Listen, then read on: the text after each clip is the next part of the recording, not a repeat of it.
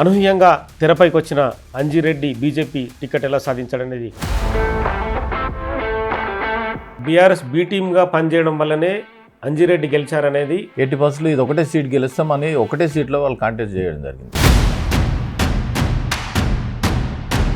Congress candidate and BSP candidate ఇద్దరు Congress ticket అడిగింది.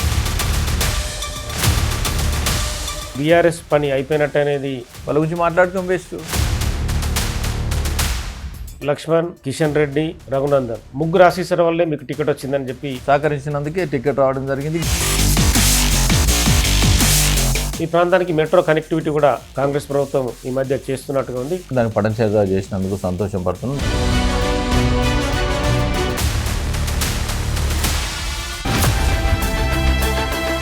BJP పార్టీలో మీ గాడ్ ఫాదర్ ఎవరు? గాడ్ ఫాదర్ మోదీ గారే. బీజేపీలో కొంత ఆధిపత్య పోరు నడుస్తుందనేది బయట ఆరోపణ. అవన్నీ ఏంటంటే Congress culture. Welcome to Big TV. Graduate ఎన్నికల్లో ఘన విజయం సాధించిన అంజిరెడ్డి ప్రస్తుతం బిగ్ టీవీ స్టూడియోలో ఉన్నారు. ఎన్నికల్లో విజయం సాధించడానికి గల కారణాలేంటి, అనూహ్యంగా తెరపైకి వచ్చిన అంజిరెడ్డి బీజేపీ టికెట్ ఎలా సాధించాడనేది ప్రస్తుతం అంజిరెడ్డితో మాట్లాడదాం. నమస్తే అండి. సో గ్రాడ్యుయేట్ ఎన్నికల్లో ఘన విజయం సాధించారు. అనూహ్య రీతిలో బీజేపీ నుంచి మీరు గెలిచిన పరిస్థితి, అటు కాంగ్రెస్ని ఇటు బీఆర్ఎస్ని రెండింటిని బోల్తా కొట్టించి బీజేపీ అభ్యర్థిగా మీరు ఎమ్మెల్సీ ఎన్నికల్లో విజయం సాధించారు. మీ రియాక్షన్ ఏంటి? కాంగ్రెస్ వాళ్ళు 3 సీట్లకు రెండు సీట్లు ఎక్కడ నిలబెట్టలేరు. ఒక సీటు నిలబెట్టి 80%లో మేము గెలుస్తామని క్యాండిడేట్గా పెట్టడం జరిగింది. దానికి మంత్రులు, గవర్నమెంట్ ఆలేదే ఉంది, ముఖ్యమంత్రి 3 మీటింగ్లు పెట్టారు, నిజామాబాద్, కరీంనగర్, మంచిర్యాల.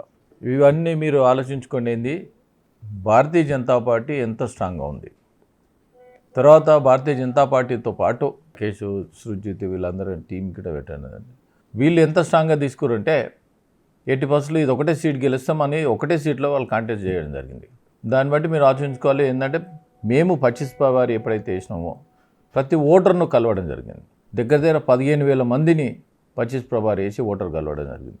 ఓటర్ కలిసిన తర్వాత భారతీయ జనతా పార్టీ మీద నమ్మకం పెట్టుకొని నరేంద్ర మోడీ గారు చేసిన ఏదైతే పనులు ఉన్నాయో నరేంద్ర మోడీ గారు నమ్మకం పెట్టి ఇక్కడ కిషన్ రెడ్డి గారు, రథసారథి కిషన్ రెడ్డి గారు, తర్వాత మంత్రులు, ఎంపీలు, ఎమ్మెల్యేలు అందరూ ప్రతి ఒక్కరి మీద భారతీయ జనతా పార్టీ ఎవరైతే కాంగ్రెస్ పార్టీ ఇచ్చిన హామీలు నిరుద్యోగుల విషయంలో తీసుకుంటే వృత్తి ఇస్తా అని చెప్పి ఇంతవరకు వృత్తి ఇవ్వలేదు. రాహుల్ గాంధీ గారితో చెప్పేసి 56,000 అకౌంట్లు వేసినా కానీ ఓటు అడగమని చెప్పినాం.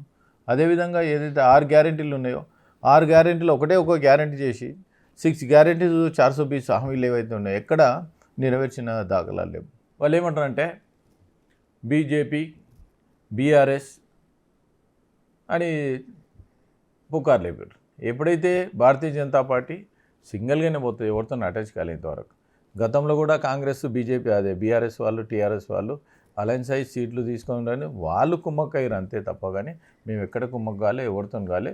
ఇంకొకటి ఏంటంటే ఎవరైతే ఇంతకుముందు గతంలో క్యాండిడేట్స్ ఉన్నారో ఇప్పుడు ఈ BJP Congress candidate and BSP candidate వీళ్ళిద్దరు కాంగ్రెస్ టికెట్ అడిగింది. ఒకరు కాంగ్రెస్ టికెట్ ఇచ్చి ఇంకొకరు కాంగ్రెస్ టికెట్ రాకపోతే మళ్ళీ బీఆర్ఎస్కి వారు, బీజేపీకి వారు, మళ్ళీ తర్వాత బీఎస్పీ టికెట్ తీసుకురు. వాళ్ళిద్దరు ఒకటి. అంతేకాని మేము సింగిల్గా ఒకటి ఏంటంటే ఇది ఛాలెంజింగ్గా ఉత్తర తెలంగాణలో ఏవైతే ఉన్నాయో దగ్గర 40% ఏ సింగిల్ ఎమ్మెల్యే కాదు 42 కాన్స్టిట్యున్సీ ఏవైతే ఉన్నాయో 6 పార్లమెంట్ సీట్లు, 42 అసెంబ్లీ కాన్స్టిట్యున్సీలు, ఉమ్మడి 4 జిల్లాలు. భారతీయ జనతా పార్టీ వైపు మొత్తం గాలి వీస్తుంది. మేధావులు ఎవరైతే ఉన్నారో మేధావులందరూ చాలా ఆలోచించి ఓటేస్తారు. వాళ్ళు రాబోయే రోజుల్లో వీళ్ళకి ఏంటంటే బుద్ధి చెప్పాలని ఆలోచించే ఓటేశారు. ఎంత ఆలోచించి ఓటేశారు. ప్రతి ఒక్కరు నిరుద్యోగులు ఎవరైతే ఉన్నారో వాళ్ళకు 2 లక్షల ఉద్యోగాలు ఇస్తామని చెప్పారు, వాళ్ళకి ఇవ్వలేరు. గత ప్రభుత్వం ఏదైతే ఉందో ఇచ్చిన ఉద్యోగాలు స్లోగా నడిపించుకుంటూ పోతారు అంతే తప్ప కానీ ఎక్కడ ఉద్యోగాలు ఇచ్చిన దాఖలాలు లేవు.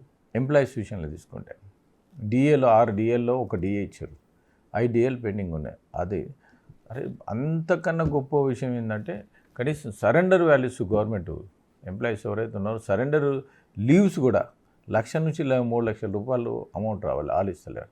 రిటైర్డ్ ఎంప్లాయీస్ ఎవరైతే ఉన్నారో రిటైర్మెంట్ బెనిఫిట్స్ గిట్ట ఇస్తలేరు, కోర్టుకు పోయి తీసుకొచ్చిన దాఖలాలని. మొత్తం 13 జిల్లాలో 42 కాన్స్టిట్యున్సీలని మీరు కవర్ చేసిన పరిస్థితి. సో గ్రాడ్యుయేట్ ఎమ్మెల్సీగా మీ విజయం ఓకే, కానీ గ్రాడ్యుయేట్స్కి అంజిరెడ్డి ఏం చేయబోతున్నాడు? ప్రతి ఒక్కరు గ్రాడ్యుయేట్స్కి ఇది చేస్తాం అది చేస్తాం వస్తున్నారు, తర్వాత రాజకీయ నేతగా వాళ్ళు మార్పులు చెందుతున్నారు, రాజకీయ నేతగా చలమని అవుతున్నారు. కానీ గ్రాడ్యుయేట్స్గా మీకంటూ ఒక వ్యూహం ఉందా? ఒకటి అదే ఇప్పుడు బీఆర్ఎస్ వచ్చింది, ఇది నిధులు నియామకాలు మీద వచ్చింది. నిధులు తెలంగాణ నియామకాలు. ఉద్యమం మీద తెలంగాణ నియామకాలు అయితే వచ్చేసి నియామకాలు నిధులు నియామకాలు కావాలి. నియామకాల విషయంలో ప్రతి ఒక్కరూ బాగా వెయిటింగ్ చేస్తూ ఉన్నారు. అన్నెసరీ ఫాల్స్ కమిట్మెంట్ ఇచ్చేసి చేస్తూ ఉన్నారు. మేము ఒకటి ఏంటంటే నువ్వు ఇచ్చిన కమిట్మెంట్ ఏదైతే ఉందో అది నెరవేర్చినంత వరకు మండల్లో వాళ్ళ గురించి ఫైట్ చేస్తామని వాళ్ళ మీద మా మీద నమ్మకంతో పెట్టినందుకు ఆ నమ్మకాన్ని వంపు చేయకుండా 80% వాళ్ళ గురించి నేను ఫైట్ చేసి అది అయిందాక వాళ్ళ మెడల్ నుంచి పని చేపిస్తాను నేను తెలియజేస్తా ఉన్నా. సో మొత్తానికైతే బీఆర్ఎస్ పోటీలో లేకపోవడం మీకు ప్లస్ పాయింట్ అనేది కాంగ్రెస్ నేతలు ఆరోపిస్తున్నారు. సో ఓవరాల్గా మీకు బీఆర్ఎస్ బీ టీమ్గా పనిచేయడం వల్లనే అంజిరెడ్డి గెలిచారనేది ఒక వర్గం సర్కిల్ కావచ్చు, రాజకీయ నేతల్లో కూడా అదొక రకమైన టాక్. ఇప్పుడు బీఆర్ఎస్ కాంగ్రెస్ ఒకటి అవుతుంది, బీఆర్ఎస్ బీజేపీ ఒకటి ఎప్పుడు కాదు. ఎందుకంటే వాళ్ళిద్దరి మధ్యలో కేసులు ఉన్నాయి. వాళ్ళ కేసులు ఏమేమైనా మీరు అందరూ చూసారు. ఎవరితోనో అలయన్స్ ఉన్నారో ఎవరితోనో ఉన్నారో తెలుసు.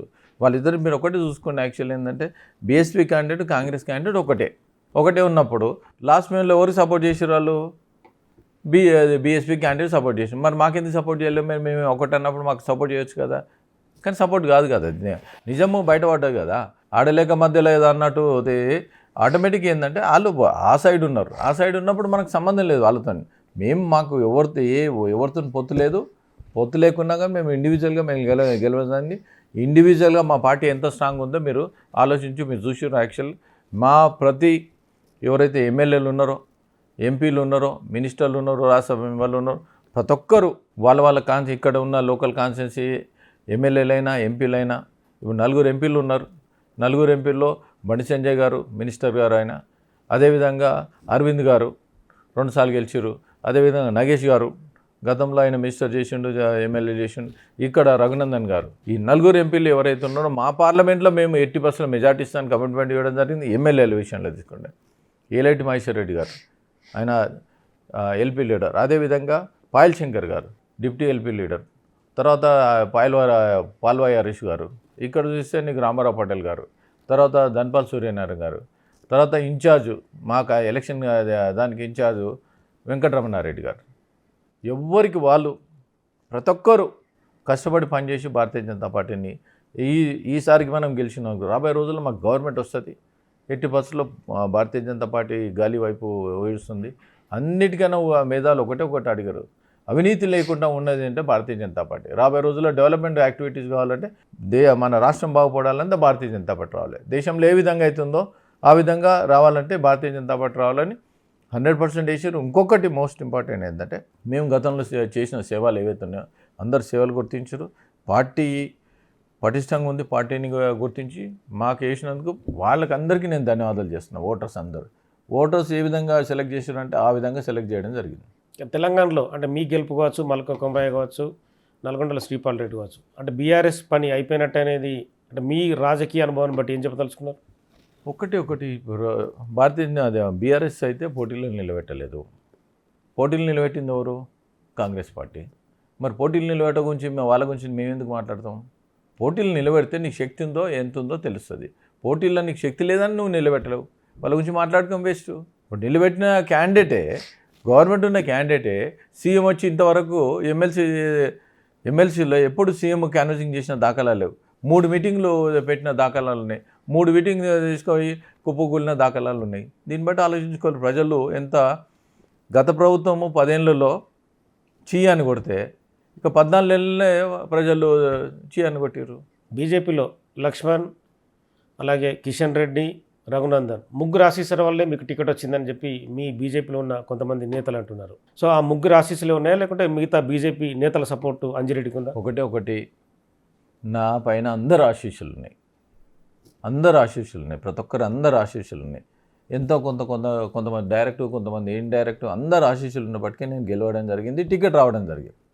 అన్నిటికన్నా ముఖ్యమైనదంటే అక్కడ పోతే నరేంద్ర మోడీ గారు, నడ్డా గారు, అమిత్ షా గారు ఉన్నది, రథసారథి కిషన్ రెడ్డి గారు ప్లస్ ఎంతమంది అవుతున్నారో అందరూ నాకు సహకరించినందుకే టికెట్ రావడం జరిగింది, గెలుపు కూడా అయ్యింది. గతంలో మీరు మెదక్ జిల్లా బీజేపీ ఆస్పిరెంట్గా కూడా మీరు ప్రయత్నం చేశారు, కానీ ఆ టికెట్ మీకు రాలేదు. కానీ ఇది రాజకీయాలు అనేది ఒక రకమైన యుద్ధమే అనుకోవచ్చు. కానీ రాజకీయాలు అనేది మీరు ప్లాన్ చేసుకొని వచ్చిరా? రాజకీయాల్లో ఖచ్చితంగా రాణించాలనేది మీ ధ్యేయమా? మీరు ఒకటే గుర్తుపెట్టుకోండి, గతంలో నాకు ఎంపీ టికెట్ రాలేదు అంటున్నాను. ఎంపీ టికెట్ రాకున్నా కానీ నా కాన్స్టిట్యున్సీలో నా జిల్లాలో ఏవైతే ఉన్నాయో నేను మెజార్టీ ఇచ్చినాను.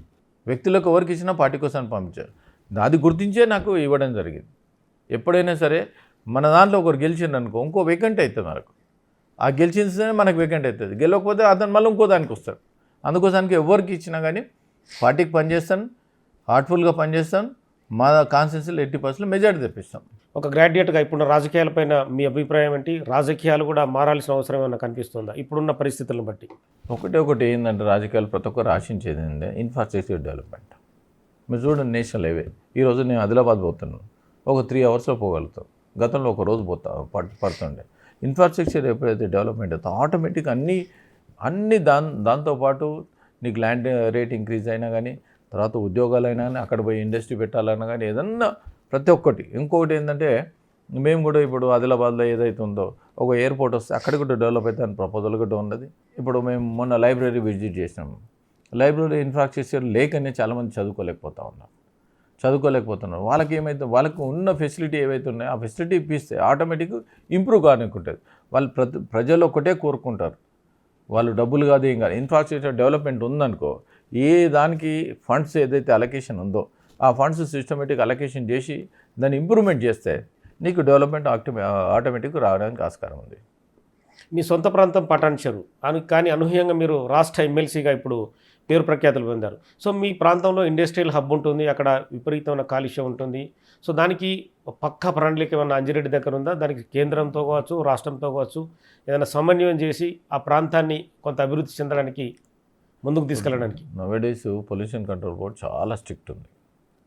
మీరు చూడండి, ఏ ఇండస్ట్రీ పోయినా కానీ మల్టీ ఎవాపరేషన్ సిస్టమ్ పెట్టి చాలా సిస్టమేటిక్ చేస్తూ ఉంటారు. ఎప్పుడైతే పొల్యూషన్ సిస్టమేటిక్ అయిందో ఆ ఎఫ్లెంట్తో ప్రొడక్ట్ చేయడం జరుగుతుంది. మీరు సిమెంట్ ఇండస్ట్రీ తీసుకోండి, గతంలో ఏంటంటే ఎక్కడ సిమెంట్ ఇండస్ట్రీ అయినా బాగా పౌడర్ పొగ వస్తుండే, వాళ్ళు దాంతో ఒక 10% ప్రాఫిట్లు వచ్చింది.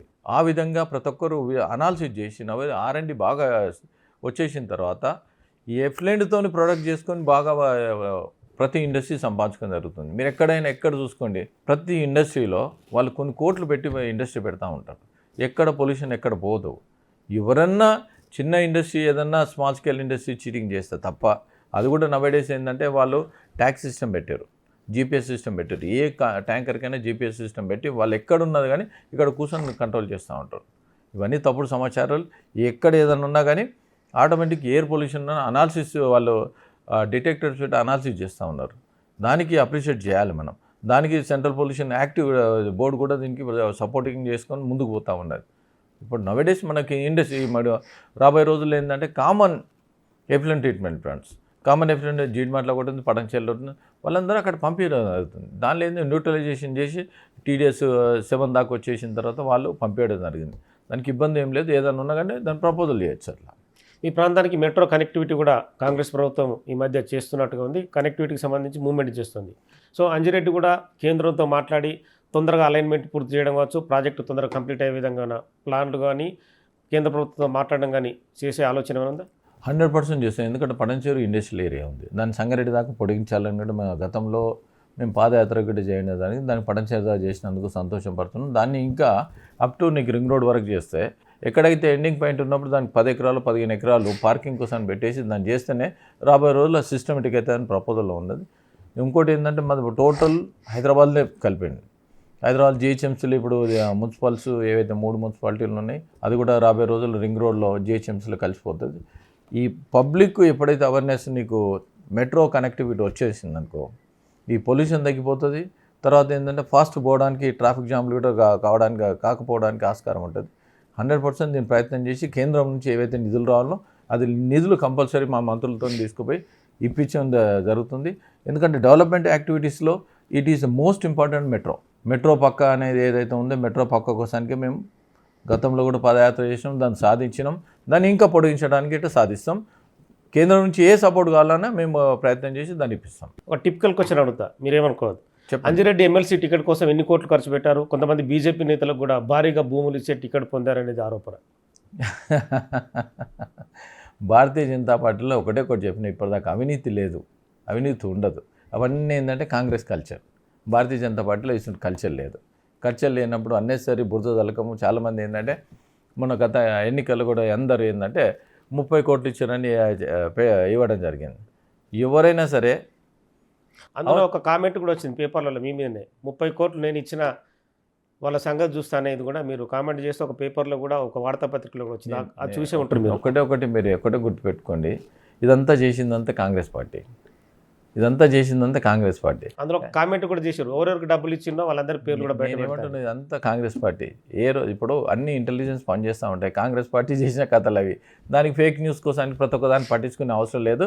ఇటువంటి ఫేక్ న్యూస్ గురించి అన్నెసరీ టైం వేస్ట్ చేసే అవసరం కూడా లేదు. భారతీయ జనతా పార్టీలో ఎవరు టికెట్ పొందినా నిస్వార్థంగా టికెట్ పొందుతారు. నిస్వార్థంగా టికెట్ పొందిన తర్వాత హోల్ హార్టెడ్గా పనిచేసేది only Bharatiya Janata party. Bharatiya Janata party కలెక్టివ్గా పనిచేసి అక్కడ 4 ఎంపీలే కాకుండా ఇక్కడ 3 ఎంపీలు, 4 మంది ఎంపీలు, 8 మంది ఎంపీలు ప్రతి మీటింగ్లో పాల్గొన్నారు. ఏ మీటింగ్లో పాల్గొనలేదు చెప్పరు? ప్రతి ఒక్కరు ప్రతి మీటింగ్లో ఈటల రాజేందర్ గారు పాల్గొన్నారు, విశ్వేశ్వరరెడ్డి గారు పాల్గొన్నారు, డి కర్ణమ్మకు పాల్గొన్నారు, కిషన్ రెడ్డి గారు పాల్గొన్నారు, సంజయ్ గారు పాల్గొన్నారు, అరవింద్ గారు పాల్గొన్నారు, నగేష్ గారు పాల్గొన్నారు, రఘునందన్ గారు పాల్గొన్నారు. ఎంపీలు.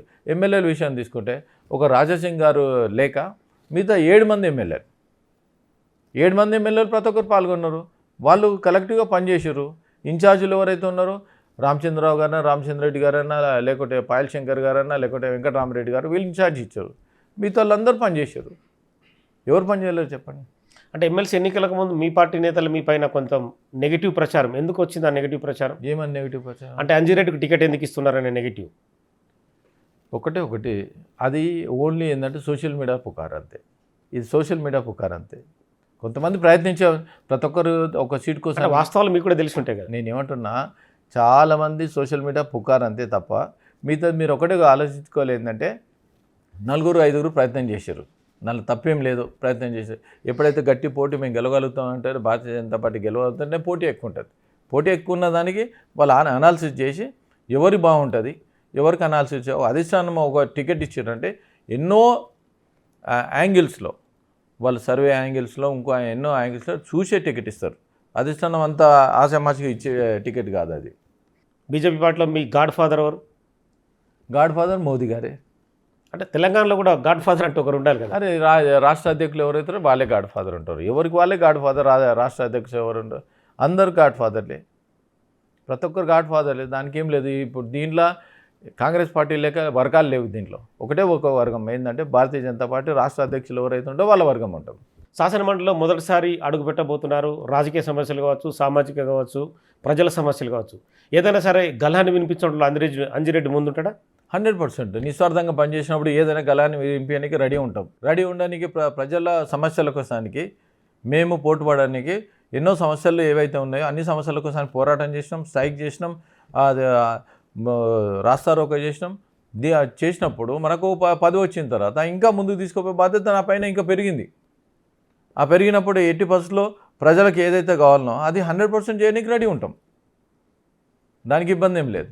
ఎమ్మెల్సీగా పోటీ చేశారు, ఫస్ట్ టైం మీరు ఎమ్మెల్సీగా గెలిచిన పరిస్థితి. నెక్స్ట్ పొలిటికల్ టార్గెట్ ఏంటి మీది? అంత పొలిటికల్ టార్గెట్ ఇవన్నీ ఏముండేవి మనకు. పార్టీ ఆదేశించి ఏ పని చేయమంటే పార్టీ అనుకూలంగానే పని చేయడానికి రెడీ ఉంటాం. అంతేగాని సొంత ఎజెండా ఏముండదు. పార్టీ ఈరోజు పోటీ చేయమన్నారు. మొన్న చూడు మీరు యాక్చువల్ మన ఎంపీలు అందరూ ఏం చేశారు? ఎమ్మెల్యేగా పోటీ చేయమన్నారు. చేసిరా లేదా? ఎంపీ ఉన్నాక కూడా ఇప్పుడు అరవింద్ గారు పోటీ చేశారు, సంజయ్ గారు పోటీ చేశారు. మరి పోటీ చేశారా లేదా? ఎంపీ ఉన్నాక పార్టీ ఆదేశాల మేరకు ఏం పని చేయమంటే ఆ పని చేయడానికి రెడీ ఉంటాం. పార్టీ ఒక సిస్టమేటిక్ పార్టీ, అవినీతి లేని పార్టీ. వాళ్ళ అధిష్టానం ఏది టైం ఇచ్చినాక ఏది పని చేయమంటే ఆ పని చేయడానికి రెడీ ఉంటాం. చాలా భావజాలాలు బీజేపీలో ఉంటాయి, ఆర్ఎస్ఎస్ గ్రౌండ్లో పనిచేస్తుంది. సో అంజిరెడ్డి వాటన్నిటికి అలవాటు పడే అవకాశం ఉందా? నేను ఆర్ఎస్ఎస్ క్యాండిడేట్. నేను శాఖకు పోయినాను. నేను శాఖలు దగ్గర 10 సంవత్సరాలు ఉన్నాను. ఏబీపీ క్యాండిడేటు ఇవన్నీ నేను ఎప్పటి నుంచో గతంలో శాఖలనే పనిచేసినాను, ఏబీపీలో పనిచేసినాను. అన్ని భావజాలు నాకు తెలుసు. బీజేపీలో కొంత ఆధిపత్య పోరు నడుస్తుందనేది బయట ఆరోపణ.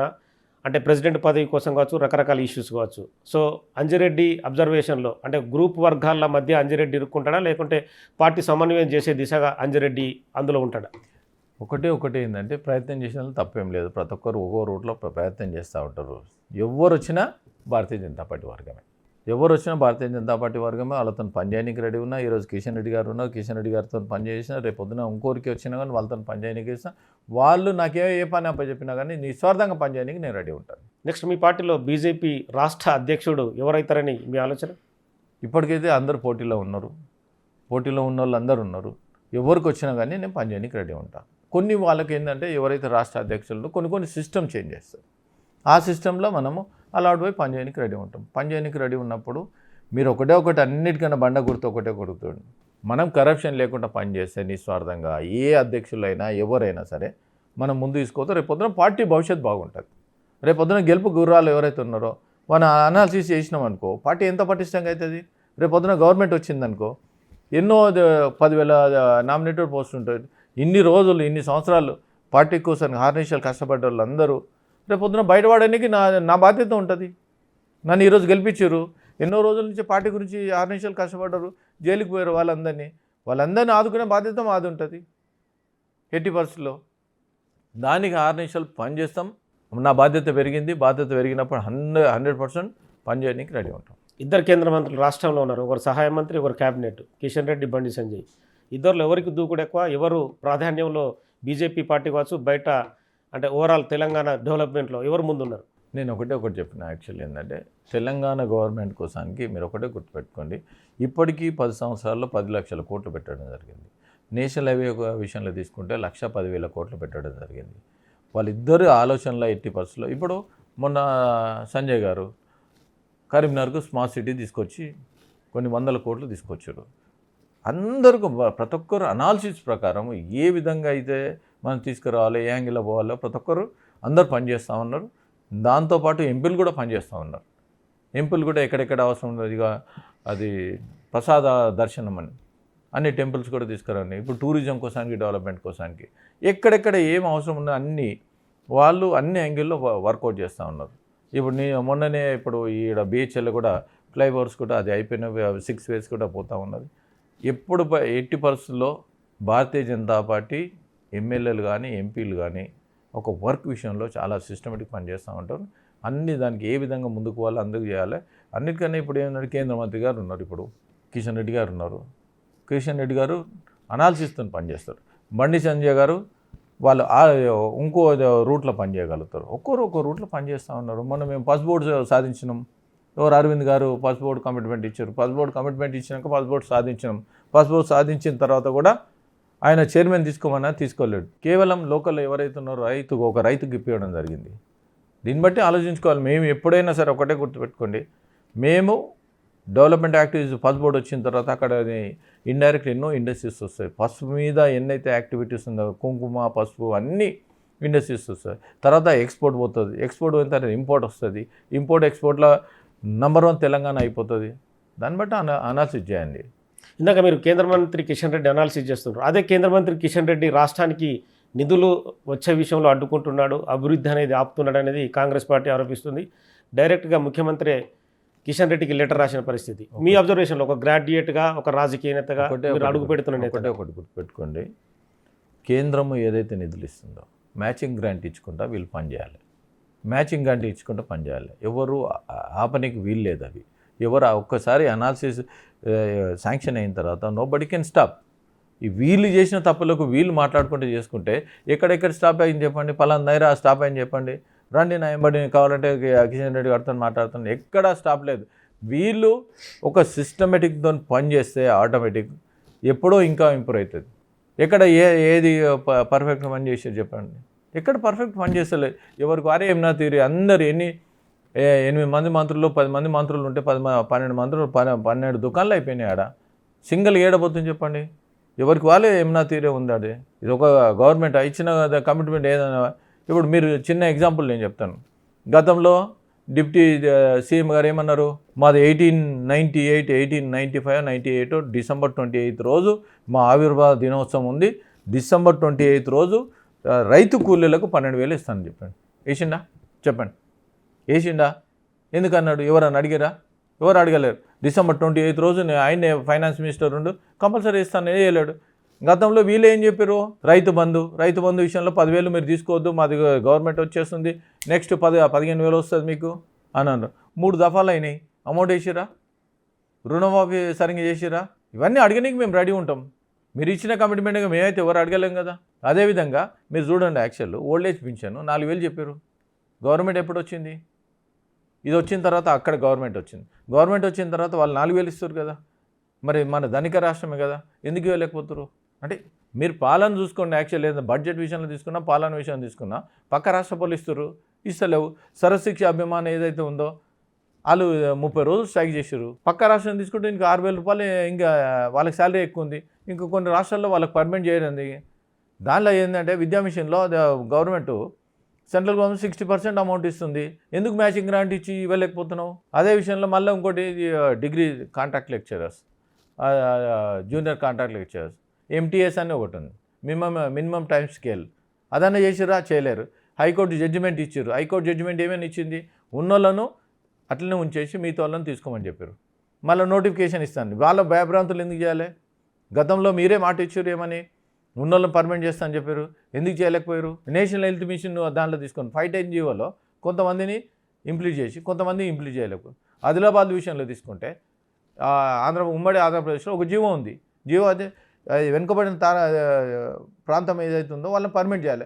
10 లక్షల రూపాయలు ఎక్కువ అవుతుంది. వాళ్ళు అది కరోనా టైంలో ప్రాణాలు అడ్డుపెట్టి పనిచేసారు. 10 లక్షల రూపాయలు నీకు తెలియవా? వాళ్ళని పర్మనెంట్ చేస్తే అయిపోతావు కదా. ఎంత ప్రతి ఒక్కరిని అన్ని రంగాల్లో ఇబ్బంది పెడతా ఉన్నావు. నువ్వు ఇచ్చిన కమిట్మెంటే ఫుల్ఫిల్ చేస్తలేవు. ఇవన్నీ అడుగుతాం, మేము అడగడానికే ఉన్నాం. మీరు ఇచ్చిన కమిట్మెంట్ లేదుతోనే అడగడానికి ఉన్నావు, లేవనెత్తుతాం. వాళ్ళకు ప్రాబ్లం సాల్వ్ అయిందాక మేము పని చేస్తాం. Okay, final question. అంటే అంజిరెడ్డి 13 జిల్లాలు 42 నియోజకవర్గాల్లో అభివృద్ధిని చేయడం కోసం కృషి చేస్తుంటాడు. ప్రజలకు మీరేం చెప్పదలుచుకున్నారు? మిమ్మల్ని గెలిపించిన గ్రాడ్యుయేట్లకు కావచ్చు, ప్రజలకు కావచ్చు. నేను ఒకటి ఆ రోజు కమిట్మెంట్ ఇచ్చిన ఏంటంటే, నేను శాలరీ తీసుకోను, లైబ్రరీలో అయినా లేదా స్కూల్స్ అయినా కాలేజీలో అయినా అది అమౌంట్ నేను ఇన్వెస్ట్మెంట్ చేస్తానని చెప్పినాను. ఎందుకంటే వాళ్ళు ఎంత ఇబ్బంది పడుతుంది, వాష్రూమ్ లేక చాలా ఇబ్బంది పడుతుంది, త్రాగునీరు లేక చాలా ఇబ్బంది పడుతుంది. కొన్ని స్కూల్స్లో కనీసం కలర్ కూడా లేదు. ఇవన్నీ మినిమం దానికి నేను వర్కౌట్ చేయడానికి రెడీ అయినాను. తర్వాత ఇంకొకటి ఏంటంటే, మీరు ఒకటి గుర్తుంది, ఇన్ఫ్రాస్ట్రక్చర్ ఎందుకు అన్నాను, వాళ్ళకు ఎప్పుడైతే ప్రతి ఒక్కరు చదవడానికి రెడీ ఉన్నారు, పని చేయడానికి రెడీ ఉన్నారు, వాళ్ళకి తోవ చూపించాలి బాధ్యత. ఆ తోవ చూపడానికి మేము రెడీ ఉన్నాం. ఎక్కడైతే ఏ యాంగిల్లో అయినా మనకు పని చేయడానికి రెడీ ఉన్నప్పుడు ఆ యాంగిల్లో 100% వాళ్ళ గురించి నిరుద్యోగుల కోసం పని చేయడానికి రెడీ ఉన్నాం. వాళ్ళ ఉద్యోగ అవకాశాలు ఎక్కడెక్కడ ఉన్నాయో మెరుగుపడి దాని పని ఉన్నాయి. నా సెల్ఫ్గా నేనేం చెప్తున్నా అంటే, మేము పడంచేరులో ఒక బిల్డింగ్ కడతా ఉన్నాం. సుమారు 15,000 ఎస్ఎఫ్టీల బిల్డింగ్ కట్టేసి స్కిల్ డెవలప్మెంట్ చేసి ఎవరైతే యూత్ ఉన్నారో ఆ యూత్ని అందరినీ స్కిల్ చేసి వాళ్ళకు ఒక 20 లక్షల రూపాయలు ఇన్సూరెన్స్ చేసుకుంటారు. స్టైపెండ్ ఇక్కడికని మేము ప్రొక్యూర్మెంట్ చేసి ఎక్కడ ఏ ఉద్యోగాలకు ఫిట్ అయితే అక్కడ చేస్తూ ఉంటాం. 80%లో మేము ఒక సామెత ఉంది, వడ్డించేటోడు మనవాడు ఉంటే ఏ మూలకైనా వడ్డిస్తారని. పని చేయాలి, పని చేస్తేనే మనకేమైందంటే పైన భగవంతుడు మనకేమైందంటే మనకు ఆశీర్వాదం దొరుకుతుంది. ఇప్పుడు చిన్న ఎగ్జాంపుల్ ఏమైందంటే, మనం గుళ్ళకు పోతాం, గుళ్ళకు పోయిన తర్వాత వాళ్ళు కూర్చుంటారు, అడిగే వాళ్ళు ఉంటారు, మనం వేస్తే వాళ్ళతో మనం రియాక్షన్ రావాలని మనం అనుకో, భగవంతుడు నాకు సాయం చేయాలని ఉద్దేశంతో ఆ సిస్టంలో పోతే నీకు 100% అందరు పని చేయడానికి రెడీ ఉంటారు. గివ్ అండ్ టేక్ పాలసీ ఉండొద్దు, మనకు భగవంతుడు సహాయకారం చేస్తాడని పాలసీ ఉండాలి.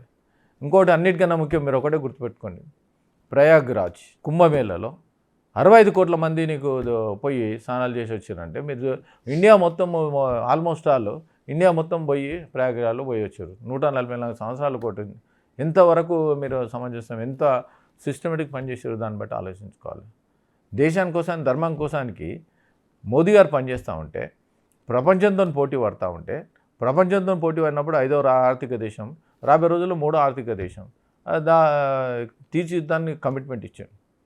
మొన్న బడ్జెట్లో 12,75,000 పెట్టిన తర్వాత మేధావులందరూ ఎంత ఆలోచించారు, నా భూతో నా భవిష్యత్తు, ఇన్ని సంవత్సరాలు ఇంత ఇంక్రిమెంట్ చేసిన దాఖలాలనే ప్రతి ఒక్కరికి, నీ ఎంప్లాయీస్ అన్న తీసుకోండి, రిటైర్డ్ ఎంప్లాయీస్ అన్న తీసుకోండి, బిజినెస్ పీపుల్ తీసుకోండి, తర్వాత స్మాల్ స్కేల్ ఇండస్ట్రీ వాళ్ళు తీసుకోండి, ఇన్కమ్ ట్యాక్స్ వాళ్ళు పీపుల్, ప్రతి ఒక్కరికి 1,00,000 నుంచి 1,50,000 రూపాయలు బెనిఫిట్ అయింది. ఇంతవరకు ఎవరైనా చేశారు? అది చేయలేరు. అది దీన్ని బట్టి ఆలోచించుకోవాలి. చేసే గుణం ఉంటే ఆటోమేటిక్ ఇంప్రూవ్ అవుతుంది. నీకు సెంట్రల్ గవర్నమెంట్ విషయంలో తీసుకుంటే 2004 నుంచి 2014 వరకు కేవలం వాళ్ళు 2,80,00,000 ఉద్యోగాలు ఇస్తే 14 to 24 వరకు 18 కోట్ల ఉద్యోగాలు ఇచ్చినాం. నీకు 600% ఎక్కువ ఉద్యోగాలు ఇచ్చినాం. ఎక్కడ ఉన్నాయండి? అందుకోసానికి మనకు ఏంటంటే ఇంప్రూవ్మెంట్. ఇప్పుడు మేక్ ఇన్ ఇండియా తీసుకురు, సెల్ ఫోన్లు బయటకైనా ఇంపోర్ట్ చేస్తూ ఉంటాం, అవి యాపిల్ ఫోన్స్ ఇక్కడికైనా ఇప్పుడు మనము కొన్ని కోట్ల ఎక్స్పోర్ట్ చేస్తూ ఉన్నాయి. ఎంతమందికి ఉద్యోగాలు వచ్చినాయి? మన ఇంపోర్ట్ ట్యాక్స్ ఎంత వస్తుంది? దానికి ఇప్పుడు మీరు ఒకటి గుర్తుపెట్టుకోండి, చేసే తత్వం ఉండాలి, ప్లాన్ ఆఫ్ యాక్షన్ తీసుకోండి. మీరు గతంలో వీళ్ళు ఏం చేశారు? ఇప్పుడు మీరు చూసారా, ఇప్పుడు గవర్నమెంట్ వచ్చింది, గవర్నమెంట్ వచ్చి అన్ని 14 ఏళ్ళు అయింది కదా, ఏ ఒక్క ఫ్లైఓవర్స్ కన్నా ఈయన పునాది రాళ్ళు వేసిందా? అండర్ పాస్కి ఎక్కడైనా పునాది రాళ్ళు వేసారా? కొత్త రోడ్ ఎక్కడైనా స్టార్ట్ చేసారా? మరి వీళ్ళ యాక్షన్ ప్లాన్ ఏముంది చెప్పండి. ఎవరు వద్దన్నారు? ఎవరన్నా వద్దన్నారా? మీరు వద్దనా? మేము వద్దనా? ఎవరన్నా? అరే ఎంత ట్రాఫిక్ జామ్ అవుతున్నప్పుడు, ట్రాఫిక్ జామ్ ఉన్నప్పుడు నువ్వు ఎక్కడైనా ఇంప్రూవ్మెంట్ చేసినావా? సిగ్గుపోతుంది ఎవరని చెప్పుకుంటే కనీసము మన సిగ్నల్స్ దగ్గర డిజిటల్ సిగ్నేచర్ లేదా? డిజిటల్ సిగ్నల్స్ ఉంటే నీకు వాడు ముందు పోతాడా? సెకండ్స్లో వస్తాయి. సెకండ్స్లో వచ్చినప్పుడు అరే మన సెకండ్ వచ్చింది ఆపుతాం. డిజిటల్ సిగ్నల్ లేనప్పుడు అనాల్సి అవేర్నెస్ అనేది కావాలి. మీటింగ్ పెట్టాలి, క్యాబినెట్ మీటింగ్ పెట్టుకోవాలి. ఏం చేయాలి, ఏ విధంగా చేయాలి, ఎట్లా ఇంప్రూవ్ చేయాలి, ఏ విధంగా పోవాలి, దాన్ని అనాలిసిస్ చేసినప్పుడు బాగుంటుంది. అందుకోసానికి మేము ఎప్పుడైతే వచ్చి మేము మండలిలో మాట్లాడుతూ ఉంటాం అప్పుడు వాళ్ళకి భయం స్టార్ట్ అయితే సిస్టమేటిక్ పని చేయడానికి ఉంటుంది వాళ్ళు. ఓకే అండి. So thank you. మొత్తానికైతే అంజిరెడ్డి తను ఎన్నికల్లో హామీ ఇచ్చిన మేరకు తన సాలరీ తీసుకుని అంటున్నాడు. గ్రాడ్యుయేట్స్ కోసం ఖచ్చితంగా కృషి చేస్తానంటున్నాడు. పటాన్చెరులో స్కిల్ డెవలప్మెంట్ కోసం నిరుద్యోగులకు ఒక బిల్డింగ్ కట్టించి వాళ్ళను అందులో ఉద్యోగాలు ఇప్పించే విధంగా ట్రైనింగ్ ఇచ్చి ముందుకు తీసుకెళ్తానంటున్నాడు. ఖచ్చితంగా ప్రభుత్వం కాంగ్రెస్ పార్టీ ప్రభుత్వం పైన కూడా మండలిలో తన గళాన్ని విప్పి ప్రజా సమస్యలపైన కూడా పోరాడుతానంటున్నాడు. Signing off, keep watching Big TV. For more videos like this, subscribe Big TV channel.